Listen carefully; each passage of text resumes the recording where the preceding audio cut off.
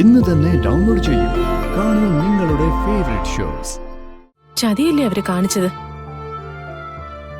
ഏതെങ്കിലും ഒരമ്മ അങ്ങനെ ഒരു ചതി കാണിക്കൂ? അതിന് സിത്താരമ്മേടാണോ എന്റെ അമ്മ?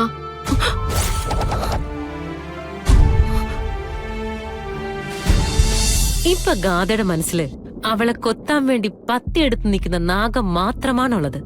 നവീൻ പോലും ആ രൂപത്തെ കണ്ടുന്ന് പറഞ്ഞ അതിനപ്പുറം വേറെന്തെങ്കിലും ഉണ്ടോ? അത് പിന്നെ ഇവിടുന്ന് ഇറങ്ങി അവര് ഗസ്റ്റ് ഹൗസ് ചെന്നാ പിന്നെ ആ ഭയത്തിന് അടിസ്ഥാനമുണ്ടോ? അവരവിടെ നല്ല രീതിയിൽ ജീവിക്കാൻ തുടങ്ങിയാല്?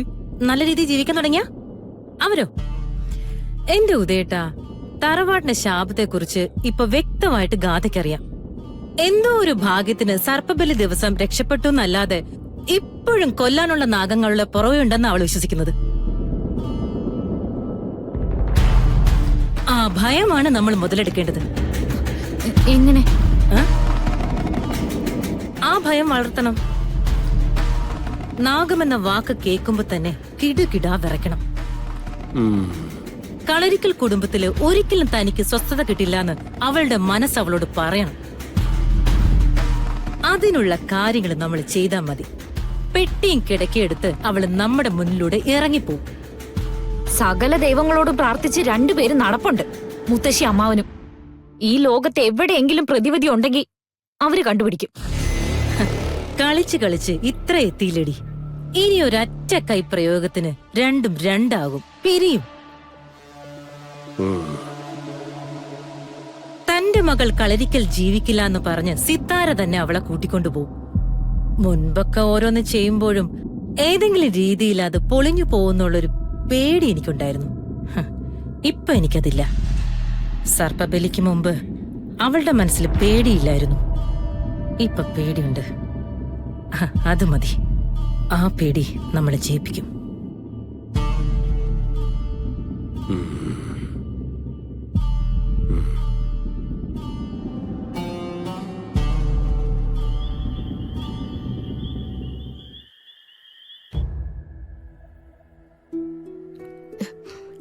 അമ്മേ, ഞാനൊരു കാര്യം ചോദിക്കട്ടെ? എന്താ? ഗോപാലമാമന്റെ കൂടെ സ്വസ്ഥായിട്ട് ലോട്ടറി വിൽക്കാൻ പോലും പറ്റുന്നില്ല. കളരിക്കുന്ന ആരെങ്കിലും കണ്ടാലോ എന്ന് പേടിച്ചിട്ടാ. നമുക്കേ വേറെ എവിടേക്കെങ്കിലും പോയാലോ?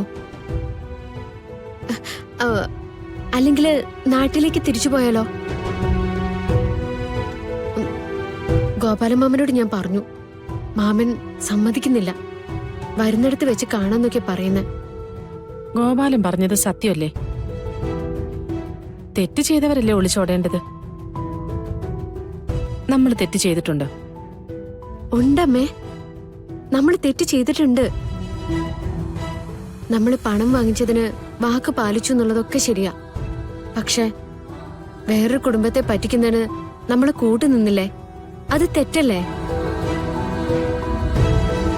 നവീനോ മാണിക്കുഞ്ഞോ ഒന്നും ഒരിക്കലും എന്നെ കാണാൻ പാടില്ല. ഗാഥയുടെ ജീവിതം പ്രശ്നമാവും. സിത്താര മേഡം വിഷമിക്കും. നീ കാണിക്കുന്ന സ്നേഹം സിത്താര മാഡം തിരിച്ചു കാണിച്ചിട്ടുണ്ടോ? ചതിയല്ലേ അവര് കാണിച്ചത്? ഏതെങ്കിലും ഒരമ്മ അങ്ങനെ ഒരു ചതി കാണിക്കൂ? അതിന് സിത്താര മേഡാണോ എന്റെ അമ്മ?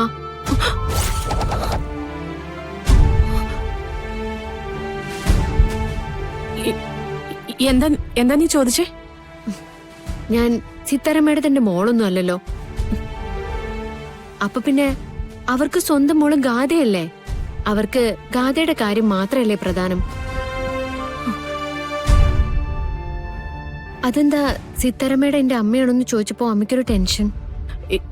എന്ത് ടെൻഷൻ?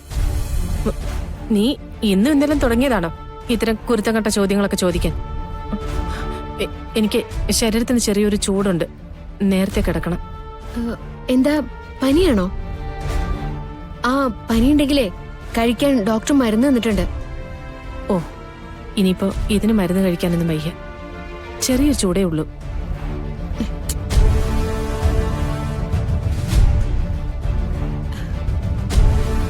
അങ്ങനെ കാര്യമായിട്ടുള്ള ചൂടൊന്നുമില്ല. കുറച്ച് കഴിഞ്ഞിട്ട് നോക്കാം.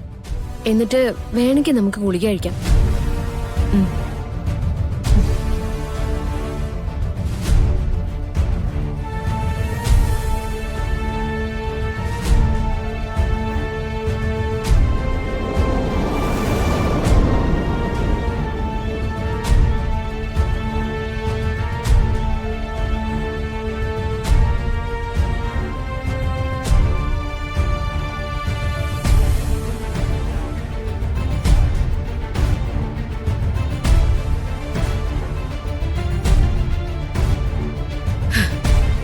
വീടും ആ അന്തരീക്ഷവും മാറിയപ്പോ തന്നെ ഒരു മനസ്സമാധാനമുണ്ട്.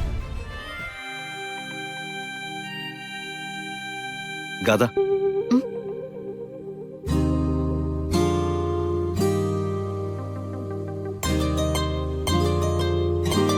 എന്താണ് പോയ മനസ്സമാധാനമൊക്കെ തിരിച്ചു വന്നോ? യെസ് നവീൻ, ഇവിടെ കാലുകുത്തിയ നിമിഷം മുതല് എന്തൊക്കെയോ പോസിറ്റീവ് വൈബ് എനിക്ക് തോന്നുന്നുണ്ട്. ഭാഗ്യം. അപ്പൊ ഇനി നമ്മുടെ ഇടയിൽ ആരും കയറി വരില്ല. അത് പാമ്പിന്റെ രൂപത്തിലായാലും ശരി, മനുഷ്യന്റെ രൂപത്തിലായാലും ശരി. സത്യം പറഞ്ഞാൽ നവീൻ ഇങ്ങനെ നിരാശനാക്കുന്നതില് എനിക്ക് നല്ല വിഷമമുണ്ട്. പക്ഷേ ഞാൻ എന്ത് ചെയ്യാനാ? ഞാനതൊന്നും വലിയ കാര്യമായിട്ട് എടുത്തിട്ടില്ല. എടോ, എനിക്കൊരു അസുഖം വന്നപ്പോ താൻ ഒരു നിമിഷം പോലും കണ്ണുകൂട്ടാതെ എനിക്ക് കാവലിരുന്നില്ലേ? ഓർമ്മയുണ്ടോ? ചുവരിൽ ചാരിരുന്ന് ഉറങ്ങിയ തനിക്ക് ഞാനൊരു ഉമ്മ തന്നിട്ട് പോലും താൻ അറിയാതെ പോയി. എപ്പോ? ഹോസ്പിറ്റലില്. ആ, ആ, അതുപോലെ തന്നെ തനിക്കൊരു അസ്വസ്ഥത വരുമ്പോ ഞാൻ തനിക്ക് കൂട്ടിരിക്കുന്നതും കാവലിരിക്കുന്നതും. പിന്നെ മനസ്സ് ഫ്രഷായി നിലയ്ക്ക് ദാ ഇത് പിടിച്ചോ.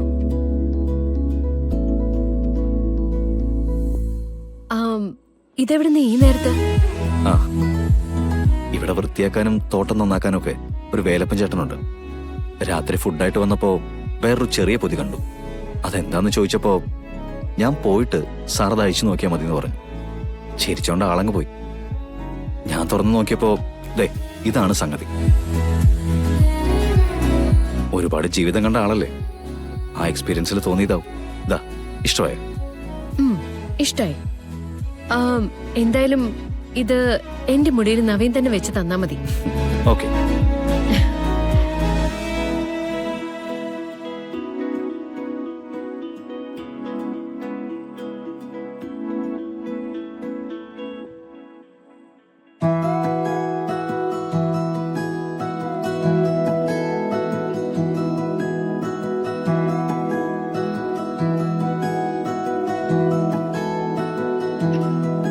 ഈ രാത്രി ഇങ്ങനെ വെളുത്തോട്ടെന്നാണോ?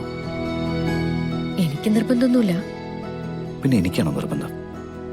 കുറച്ചു കഴിഞ്ഞാൽ ഇവിടെ മഞ്ഞ് വീഴും. അസുഖമൊന്നും വരുത്തി വെക്കണ്ട. അസുഖമൊക്കെ വന്നാലും എന്നെ നോക്കാൻ ആളുണ്ടല്ലോ. നോക്കാൻ ആളുണ്ടെന്ന് കരുതി ഇപ്പൊ അസുഖമൊന്നും പിടിപ്പിക്കണ്ട. നമുക്ക് നമ്മുടെ ബെഡ്റൂമിലേക്ക് പോയാലോ? ഓക്കെ.